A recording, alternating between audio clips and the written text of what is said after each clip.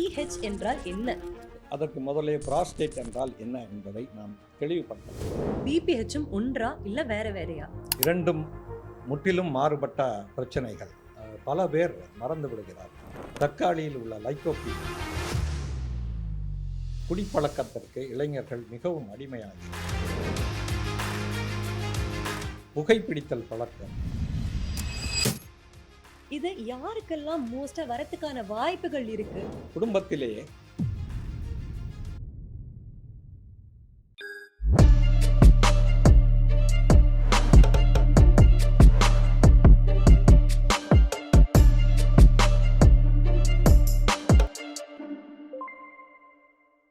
Welcome to today's men's good health podcast. இன்னைக்கு நம்ம நிறைய டிசீசஸ் பத்தி பேச போறோம். நான் தான் உங்களோட ஹோஸ்ட் இன்னைக்கு ஸ்ரேயவர்ஷினி, மென்ஸ் குட் ஹெல்த் பாட்காஸ்ட் பத்தி.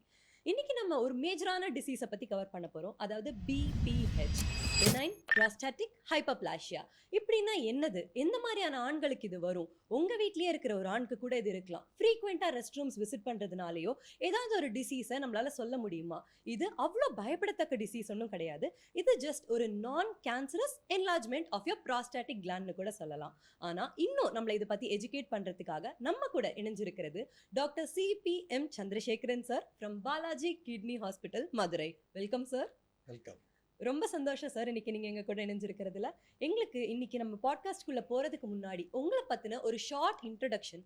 நீங்க ஏன் டாக்டரேட் படிக்கணும்னு ஆசைப்பட்டீங்க அண்ட் யூரோலஜிஸ்டா ஸ்பெஷலைஸ் பண்ணணும்னு உங்களை என்ன மோட்டிவேட் பண்ணிச்சுன்றதை சொல்ல முடியுமா? மருத்துவம் என்பது மிகவும் புனிதமான தொழிலாகும். இந்த தொழிலில் ஈடுபட்டால் ஏழை பணக்காரன் வித்தியாசமின்றி, ஜாதி மத பேதமின்றி நமது சமுதாயத்திற்கு ஏதாவது தொண்டு செய்யலாம் என்ற உயரிய நோக்கத்திலே இந்த துறையை தேர்ந்தெடுத்தேன். யூராலஜி, சிறுநீரியல் அறுவை சிகிச்சை துறை ஏன் நான் மேல் படிப்பிற்காக எடுத்தேன் என்றால், இப்பொழுதெல்லாம் மக்கள் சாதாரணமாக 80 வயது 90 வயது வரைக்கும் வாழக்கூடிய வாய்ப்புகள் உள்ளது. ஆதலால் லைஃப் எக்ஸ்பெக்டன்சி கூடும்போது சிறுநீரியல் துறை பிரச்சனைகள் வளரும். அதற்கு சரியான தீர்வு கொடுப்பதற்கும் சரியான ரிசல்ட் கிடைப்பதற்கும் இது எனக்கு ஒரு வாய்ப்பை கொடுத்துள்ளது. ஆதலால் இந்த யூராலஜி துறையை மிகவும் விரும்பி தேர்ந்தெடுத்தேன். Very very inspiring sir. ரொம்ப நன்றி. கேள்விகளுக்குள்ள போலாமா சார்? இப்போ ஷோர் சார், BPH என்றால் என்ன? இது எந்த மாதிரியான ஒரு டிசீஸ்? வெறும் விளக்கம் அதுக்கானது கொடுக்க முடியுமா? அதற்கு முதலே புராஸ்டேட் என்றால் என்ன என்பதை நாம் தெளிவுபடுத்த வேண்டும். புராஸ்டேட் என்பது ஆண் இனப்பெருக்கத்தின் உபரி செக்ஷுவல் கிளாண்ட் ஆகும். இது இந்த சுரப்பி எல்லா ஆண்களுக்கும் 12 வயதிலிருந்து பெரிதாக ஆரம்பிக்கும். 50 வயதுக்கு மேல் வேகமாக வளரக்கூடிய வாய்ப்பு உள்ளது. புராஸ்டேட் சிறுநீர் பையில் கீழ்ப்பகுதியில் நீர்த்தாரையை சுற்றி இருக்கும் வால்நட் வடிவில் உள்ள கொட்டைப்பரப்பு அளவு உள்ள சுரப்பி ஆகும். முதலில் இது சிறிதாக இருக்கும். வயதாக ஆக பெரிதாகி இது நீர்த்தாரையை அழுத்தம் கொடுத்து பிரச்சனைக்கு வரலாம். இந்த புராஸ்டேட் சுரப்பியில் 5 ஜோன்கள் உள்ளன. இதில் டிரான்சிஷன் ஜோன் என்ற இடத்திலிருந்து தான் இந்த பினைன் ப்ராஸ்டேட்டிக் ஹைப்பர்பிளேசியா என்பது வளர வாய்ப்புள்ளது. ஓகே டாக்டர், இது யாருக்கெல்லாம் மோஸ்டா வரதுக்கான வாய்ப்புகள் இருக்கு? யாரெல்லாம் இதுல ரொம்ப கேர்ஃபுல்லா இருக்கணும்ன்றத பத்தி கொஞ்சம் வார்த்தைகள். சாதாரணமாக சொல்ல வேண்டும் என்றால் 50 வயதுக்கு மேல் உள்ள எல்லா ஆண்களுக்கும் ரொம்ப காமனாக இந்த பிரச்சனைகள் வரலாம். குடும்பத்திலேயே BPH கண்டறியப்பட்ட தந்தை அல்லது BPH கண்டறியப்பட்ட உடன் பிறந்தவர் இருந்தால் அவர்களுக்கு இந்த நோய் வரலாம். பிரச்சனைகள், நோய் என்று கூட மாட்டேன், பிரச்சனைகள் வரலாம். உடல் பருமனாக இருப்பவர்களுக்கு இந்த பிரச்சனைகள் வரலாம். இந்த எரெக்டைல் டிஸ்ஃபங்க்ஷன் என்க செக்ஷுவல் செயல்திறன் குறைந்தவர்களுக்கும் இந்த BPH பிரச்சனைகள் ஏற்படலாம். ஓகே டாக்டர், இந்த சிம்டம்ஸ்னு நம்ம சொல்லக்கூடியது BPH-ஓடது எதெல்லாம் நம்ம தவிர்க்கவே கூடாது, இல்லை எது வந்தால் கண்டிப்பாக இதுவாக தான் இருக்குன்றது தெரியக்கூடியது எந்த மாதிரியான சிம்டம்ஸ்? இதற்கு நிறைய அறிகுறிகள் உள்ளன.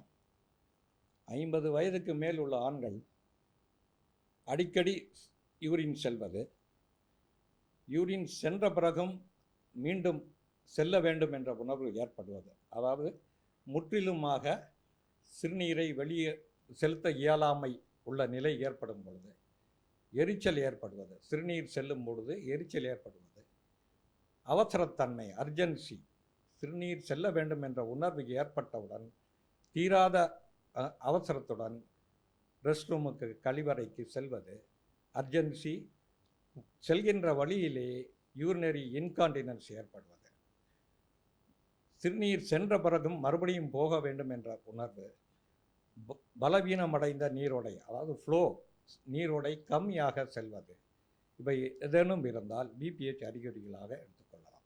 Okay doctor. இப்போ நம்ம ப்ராஸ்டேட் கேன்சர் அப்படின்னு சொல்லக்கூடிய ஒரு டிசீஸும் பிபிஹெச்சும் ஒன்றா இல்ல வேற வேறையா? இரண்டும் முற்றிலும் மாறுபட்ட பிரச்சனைகள். ஆனால் இரண்டுமே ஒரே மாதிரியான ப்ரெசன்டேஷனை கொடுக்கும். அதனால் தான் இந்த அவேர்னஸ் நாங்கள் நடத்தி கொண்டிருக்கிறோம். 50 வயதுக்கு மேல் உள்ள ஆண்களுக்கு யுஎஸ் மாதிரியான மேற்கத்திய நாடுகளில் ஸ்க்ரீனிங் என்ற சர்வீஸ் உள்ளது. அதாவது 2 பேருக்குமே இதே சிம்டம்ஸ் தான் இருக்கும். அடிக்கடி சிறுநீர் செல்வது, துவக்கத்திலே சிரமம் ஏற்படுவது, ஃப்ளோ கம்மியாக வருவது, அவசரத்தன்மை உடையது, நீண்ட நேரம் சிறுநீர் சென்று முடிக்க எடுத்துக்கொள்வது, இவை அனைத்தும் 2 பிரிவுகளுக்கும் இருக்கும்.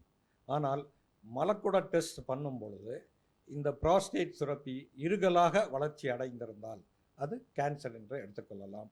சீரம் பிஎஸ்ஏ, அதை ஸ்க்ரீனிங் டெஸ்ட், இரத்த சோதனை, அதில் பிஎஸ்ஏ ப்ராஸ்டேட் ஸ்பெசிஃபிக் ஆன்டிஜன் என்று கூறுவோம். அது கணிசமாக உயர்ந்திருந்தால் கேன்சர், புற்றுநோயை நாம் ரூல் அவுட் பண்ண வேண்டியிருக்கும். மல்டிப்ளேனார் எம்ஆர்ஐயில் இதனுடைய டிஃபரன்ஸை நாம் தெளிவாக தெரிந்து கொள்ளலாம். அல்ட்ராசவுண்ட் ஸ்கேன் மூலமாக அந்த ஜோனல் அனாட்டமி, அந்த நிழற்படங்களின் தன்மை மாறுபடும். புற்றுநோயில் ஹைப்போஇக்கோயிக் ஏரியாஸாக இருக்கும்.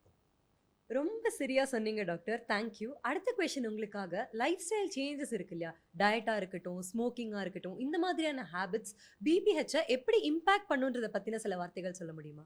முக்கியமான கேள்வி இது. இதை நாம் பல பேர் மறந்து விடுகிறார்கள். வாழ்க்கை முறை மாற்றங்கள் மிகவும் இந்த நோய்களில் சிறந்த இம்பேக்டை ஏற்படுத்தும். பொதுவாக காய்கறிகள், பழங்கள் நிறைய உண்பவர்களுக்கு இந்த பிரச்சனைகள் குறைவாக வரும். காய்கறிகளிலே தக்காளியில் உள்ள லைக்கோபீன் இந்த பிபிஹெச் என்னும் அறிகுறிகளை குறைக்கச் செய்யும். அதே போல அசைவ உணவுகளே சேச்சுரேட்டட் ஃபேட்டி ஆசிட்ஸை தவிர்க்க வேண்டியிருக்கும். அதாவது ஆரோக்கியமான கொழுப்பு உணவுகள் எடுத்துக்கொள்ள வேண்டும்.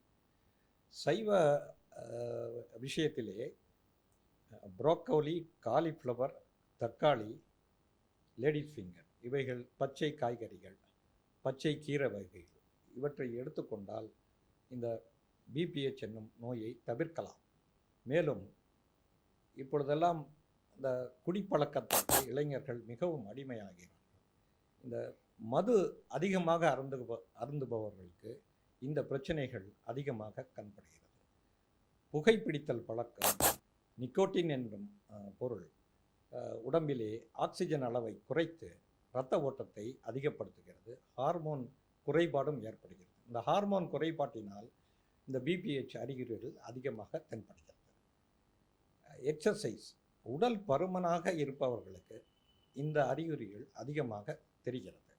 ஆதலால் மக்கள் தங்கள் எடைகளை அறிந்து அதை குறைக்கும் பயிற்சிகள், அதை அதிகம் மேற்கொள்ள வேண்டும். கெகல்ஸ் எக்ஸசைஸ் என்னும் பயிற்சிகளை மேற்கொண்டு இந்த இடுப்பெலும்பு தசைகளை வளப்படுத்த வேண்டும். ஆதலால் தங்களுடைய வாழ்க்கை முறை மாற்றங்களை மேற்கொண்டால் பாதி பிரச்சனைகள் நன்றாக குறைய வைக்கலாம். மிகவும் சரியா சொன்னீங்க டாக்டர். அதாவது ஸ்மோக்கிங்காக இருக்கட்டும், ட்ரிங்கிங்காக இருக்கட்டும், இதெல்லாம் எப்படி அவங்களை இம்பாக்ட் பண்ணுன்றதை பற்றின ஒரு கிளியர் வியூ எங்களுக்கு இதுலேருந்து ரொம்ப சரியாக கிடைக்குது. ஆனால் அடுத்த கேள்வி, இதுக்கு ஃபேமிலி ஹிஸ்ட்ரின்றது ஏதாவது ஒன்று இருக்கணுமா இந்த டிசீஸ்க்கு, பிபிஹெச்க்குன்றது?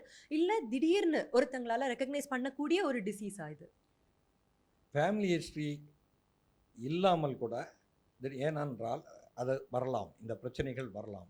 ஏனென்றால் இது மிகவும் காமனான பிரச்சனைகள்.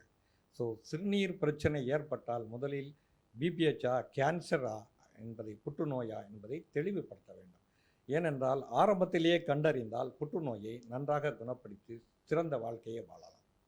டாக்டர், இதே பிபிஹெச்ன்ற நோய் நம்மளுடைய டெய்லி லைஃபையோ இல்ல ஸ்லீப் ஸ்கெடியூலையோ எந்த மாதிரியான அஃபெக்ட் பண்ணுன்றத பத்தின சில வார்த்தைகள் உங்களால பகிர்ந்து கொள்ள முடியுமா? இந்த பிபிஹெச் நோய் நமது டெய்லி ரொட்டீனை மிகவும் வெகுவாக பாதிக்கும் என்பதில் எள்ளளவும் சந்தேகம் இல்லை. ஏனென்றால் வாழ்க்கை தரம் மிகவும் மோசமாகிவிடும். ஒரு நாள் இரவு படுத்த பிறகு 4-5 முறை எழுந்து கழிவறைக்கு செல்லும் பொழுது அவருடைய தூக்கம் கெட்டு போகும் பொழுது அவருடைய உடல் சோர்வு ஏற்படும். பகலிலே வேலை செய்ய இயலாது. மேலும் வாழ்க்கை தூக்கம் இல்லாமல் மனதிலே சோர்வு ஏற்பட்டு டிப்ரெஷன் ஏற்படும். ஸோ வாழ்க்கையே சூன்யமாக ஏற்படும் சூழ்நிலை உருவாகும். ரொம்ப சரியா சொன்னீங்க டாக்டர். இதே பிபிஹெச் நம்மளால ஸ்டார்டிங் ஸ்டேஜஸ்ல பார்த்துக்கொள்ள முடியாம இருக்கிற ஸ்டேஜ்ல அதை நம்ம அன்ட்ரீட்டபிளாவே விட்டுட்டா போக போக இருக்கிற காலங்கள்ல ரொம்ப டிஃபிகல்ட்டா இருக்குமா அதை ட்ரீட் பண்றதுக்கு, இல்ல மிகவும் ஈஸியா அது? நிச்சயமாக மிகவும் மோசமாக இருக்கும். ஏனென்றால் முதலில் அடிக்கடி சிறுநீர் செல்வது, அதன் பிறகு சிறுநீர் முக்கி செல்வது, ஒரு ஸ்டேஜிலே நீரடைப்பு முழுமையாக ஏற்பட்டு சிறுநீர் செல்ல இயலாமல் டியூப் செலுத்தும் நிலைமை ஏற்படும். இந்த சிறுநீர் பை திணறி திணறி வேலை செய்து சிறுநீர் பை தடிமனாகி அந்த மசில்ஸ் பிளாடர் மசில்ஸ் மிகவும் தடிமனாகி உள்ளே நீர் கோர்த்து பாக்டீரியா கிருமிகள் உருவாக்கி சிறுநீர் பையிலிருந்து கிருமிகள் கிட்னியை தாக்கும். கிட்னியும் நீர்க்குழாய் யுரிட்டரும் விரிவாக்கம் ஏற்பட்டு கிட்னி ஃபெயிலியர் ஏற்படும். மேலும் நீர்ப்பையில் கற்கள் உண்டாகி சிறுநீரில் ரத்தம் கலந்து சென்று உயிருக்கே ஆபத்தாக முடியும். ஓகே டாக்டர், இவ்வளோ ஒரு பாதிப்பு இருக்கும்போது ஒரு வெதர் சேஞ்சோ இல்லை ஒரு கிளைமேட்டிக் சேஞ்சோ இந்த பிபிஹெச்ன்ற நோயை இன்னும் ஃபர்தராக அது வந்து எப்படியாவது கஷ்டப்படுத்துமா அப்படின்றத பற்றின சில வார்த்தைகள்? நிச்சயமாக இந்த மான்சூன் ஏற்படுகின்ற டிப்ரெஷன் காலங்களில் இந்த தட்பவெப்பநிலை குளிராக இருக்கும் பொழுது அடிக்கடி சிறுநீர் செல்வது அந்த உபாதைகள்லாம் அதிகமாகும். சம்மரில் கோடை காலத்திலே சிறுநீர் பிரச்சனைகள் சிறிது குறையும். ஆதலால் அதற்குரிய மருத்துவ மருந்துகள் மேற்கொண்டால் இந்த சிறுநீர் உபாதையிலிருந்து விடுபடலாம்.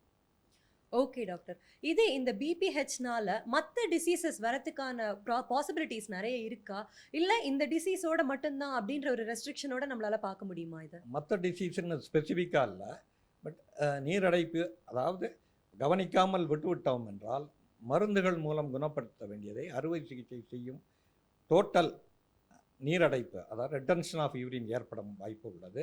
கிட்னி ஃபெயிலியர் ஏற்படும் வாய்ப்பு உள்ளது.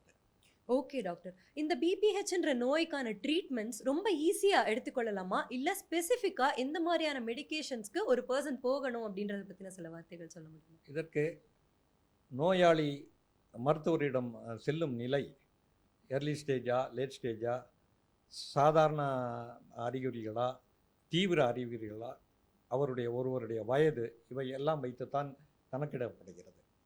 சாதாரண சிம்டம்ஸ் அறிகுறிகளாக இருந்தால் மருந்துகள் இப்பொழுது சிறந்த மருந்துகள் உள்ளது. அந்த மருந்துகளை வைத்து குணப்படுத்தி விடலாம். ஆல்ஃபா-1 பிளாக்கர்ஸ் வந்திருக்கிறது. இந்த நீர்ப்பையின் தசைகளை அடிக்கடி இயங்குவதை குறைக்கும் மருந்துகள் உள்ளது. ஸோ அதனால் தீவிர அறிகுறிகள் ஏற்பட்டு நீரடைப்பு ஏற்பட்டால் அறுவை சிகிச்சை செய்ய வேண்டி வரும். அறுவை சிகிச்சைகள் பலவாறு உள்ளன. டியூஆர்பி என்பதுதான் தங்கத்தரம் வாய்ந்தது, அதாவது கோல்ட் ஸ்டாண்டர்ட் என்போம். அந்த அறுவை சிகிச்சை இப்பொழுதெல்லாம் ஓப்பன் சர்ஜரி பண்ணுவது கிடையாது. ஓப்பன் சர்ஜரி அநேகமாக ஒழித்து கட்டப்பட்டுள்ளது. லேசர் மூலம் ஹோல்மியம் லேசர் மூலம் புராஸ்டேட் அறுவை சிகிச்சை செய்யலாம். இப்பொழுது நவீனமாக புராஸ்டேட் ஆர்டரி எம்பலைசேஷன், இந்த புராஸ்டேட் சுரப்பியிலே நீடில்ஸை செலுத்தி அந்த தமனிகளை அடைப்பு ஏற்பட செய்து புராஸ்டேட்டுக்கு செல்லும் இரத்தத்தை குறைத்து அந்த புராஸ்டேட்டை சுருக்க செய்து பிரச்சனைகளை சீராக்கிறது. Aqua therapy, water ablation therapy என்ற தெரப்பியும் உள்ளது. இவையெல்லாம் மினிமலி இன்வேசிவ் ட்ரீட்மெண்ட்ஸ் என்று சொல்லுவோம். சரியான வார்த்தையை கூறினீங்க டாக்டர். மினிமலி இன்வேசிவ்னு. இன்னும் கொஞ்சம் பகிர்ந்து கொள்ள முடியுமா? ஆக்வா அந்த ட்ரீட்மெண்ட்ஸ் எல்லாமே எப்படி அது வொர்க் ஆகும்? எந்த ப்ரொசீஜர்ஸ்னால இத கியூர் பண்ண முடியும்ன்றத பத்தின சில வார்த்தைகள். அதாவது நிறைய மினிமலி இன்வேசிவ் ட்ரீட்மெண்ட் இருக்குது. அதில் சாலச் சிறந்தது டியூஆர்பிங்கிறது தான். இது வந்து எலக்ட்ரோ காட்ரி மூலம் பெரிய சுரப்பிகளையும் 100 கிராம் வரைக்கும், சாதாரண ப்ராஸ்டேட் 22 கிராம் உடையது. ஒரு 60 வயதுக்கு மேல் உள்ள முதியவர்களுக்கு 60, 80, 100 கூட வரலாம். 100 கிராம் 120 கிராம் வரைக்கும் டியூஆர்பி அறுவை சிகிச்சை செய்தலாம்.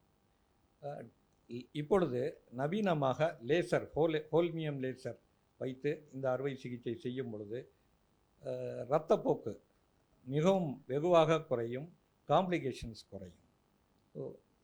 சமீப காலமாக ப்ராஸ்டேட்டிக் ஆர்ட்ரி எம்பலைசேஷன் என்பது மற்ற அனஸ்தீசியா கொடுத்து செய்ய இயலாத அறுவை சிகிச்சைகளை இந்த எம்பலைசேஷன் தெரப்பிலையும், ஆக்வா தெரப்பிலையும், ஹைட்ரோ தெரப்பிலையும், வாட்டர் வேப்பர் தெரப்பி என்று ரெசம் தெரப்பியிலும் செய்யக்கூடும். மிகவும் சரியா சொன்னீங்க டாக்டர். இப்போ போக போக நம்ம இந்த டிசீசஸ பத்தி நெறைய தெரிஞ்சுக்கணும்னா, ஏஐ அப்படின்ற ஒரு டூல் வந்து நம்ம மோஸ்ட் ஆஃப் அஸ்க்கு தெரியும்னு வச்சுக்கோங்களேன். இப்போ இது ட்ரீட்மெண்ட்ல ஹெல்ப் பண்ணுமா?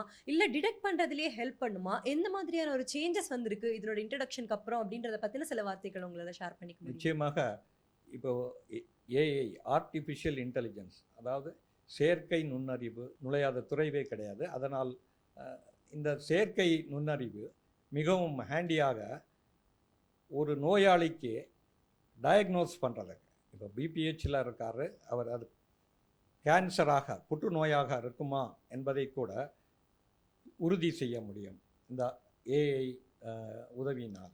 மேலும் ஒரு நோயாளிக்கு மருத்துவ சிகிச்சை அளிக்கலாமா, அறுவை சிகிச்சையை செய்ய வேண்டியிருக்குமா என்பதையும் இந்த ஏஐ மிகவும் உதவியாக இருக்கிறது.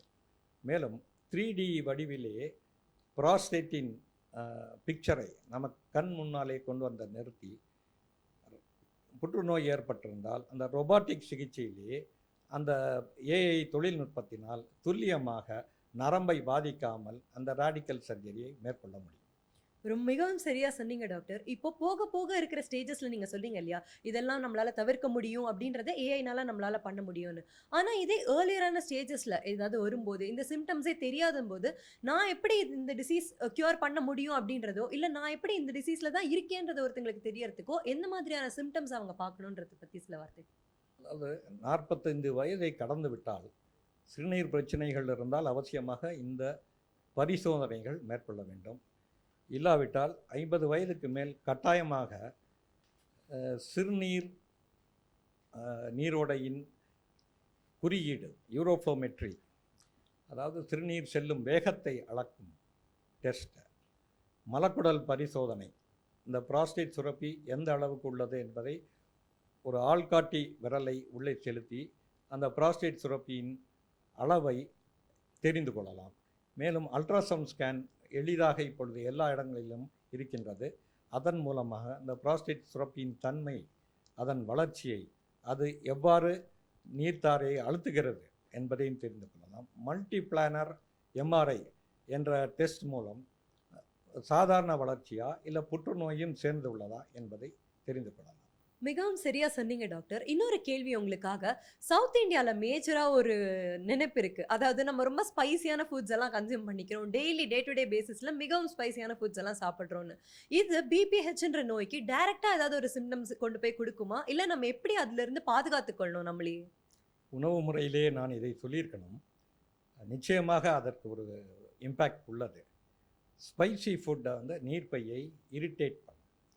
ஸோ பிளாடர் இரிட்டேஷனை குறைப்பதற்கு நான் ஸ்பைசி ஹை ஃபைபர் டயட், நார்ச்சத்து அதிகம் உள்ள உணவுகளை உண்டால் பிளாடர் இரிட்டேஷனை தவிர்த்து சிறுநீர் உபாதையிலிருந்து விடுபடலாம்.